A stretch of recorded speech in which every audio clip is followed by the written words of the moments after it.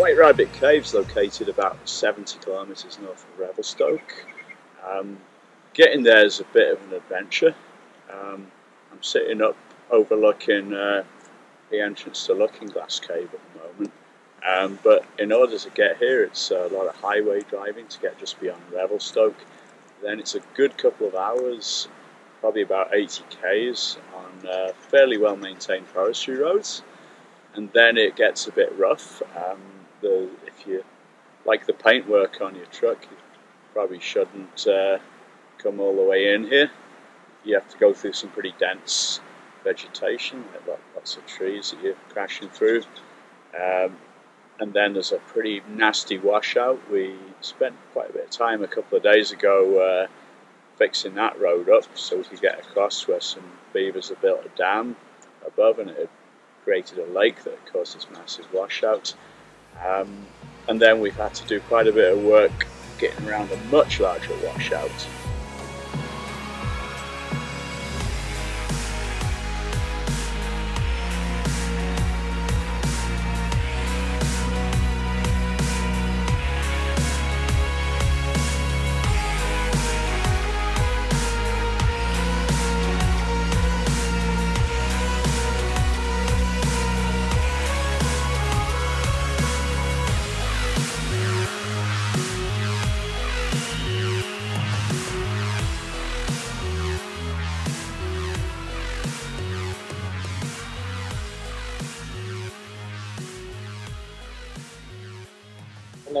On the first trip we came, the very first exploration of the cave we now call Lookingglass was Gavin, Katie and Jeremy came and had fairly limited dive gear, but managed to dive through the first sump, about 30 meters or so. So we kitted up with a larger group to come back last year and hiked a bunch of dive gear up. And Tom was able to push sump 2 for a ways before running out of line. So this trip was a bit more of a smaller, compact trip where we went to try to get Tom to push through the second sump.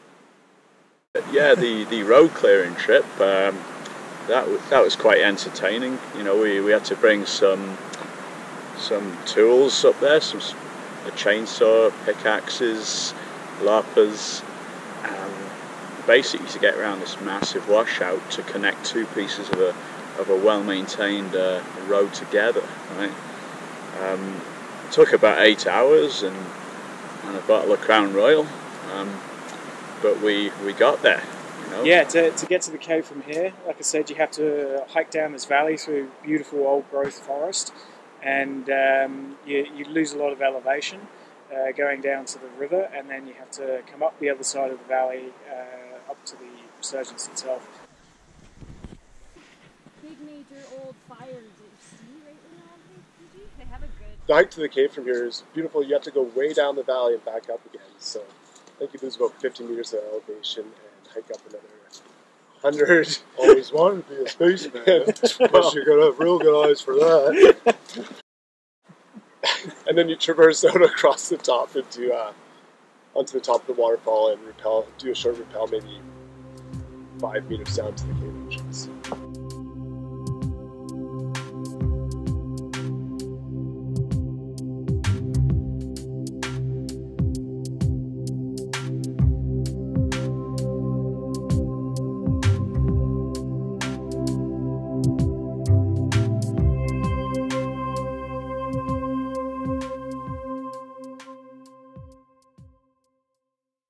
So once you actually get into the cave, there's not really anywhere dry to stand, so you're pretty much committed to being wet.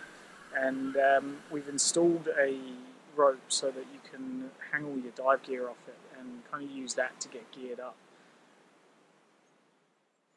The dive itself actually starts and you drop underneath the overhang that's in there and go through the first sump, which is about 30 meters long, and it's beautiful marble passage, and you've got like this nice tiger stripe banding on your right hand side, and there's a little bit off to your left as well, but you can see the contact point there where the schist actually meets the marble. from there you pop up into the dry chamber, and as soon as you come up into the surface there, you can see the big collapse kind of area, and there's a lot of rockfall that's strewn about with big marble blocks, and again you get that same tiger banding in the walls, which is just absolutely stunning to look at. It's amazing. Yeah. The cave then continues around to the left-hand side, and you follow the streamway across a very shallow section, and the flow there can be quite high, so you kind of got to use your hands a little bit to pull yourself along in the flow. And then it continues that way, and there's more dry section on your left-hand side. And then off to the right, there's several other little leads, which pretty much all link back into that first main dry collapse section.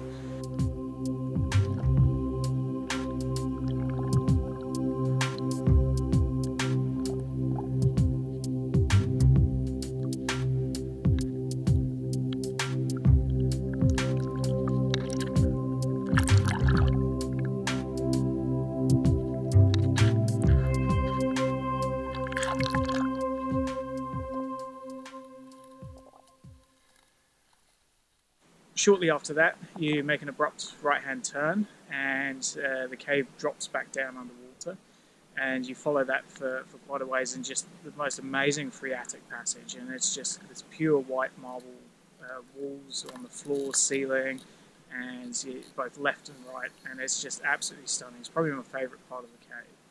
And then you go past another section of breakdown, and then pop out into the biggest section of passage, which is maybe about 10 or 11 meters wide, and it continues for quite a ways, and there's a couple of leads off to the right hand side that we checked out, but unfortunately they all kind of pinch down and get into smaller stuff, which looks like it leads back into that dry passage.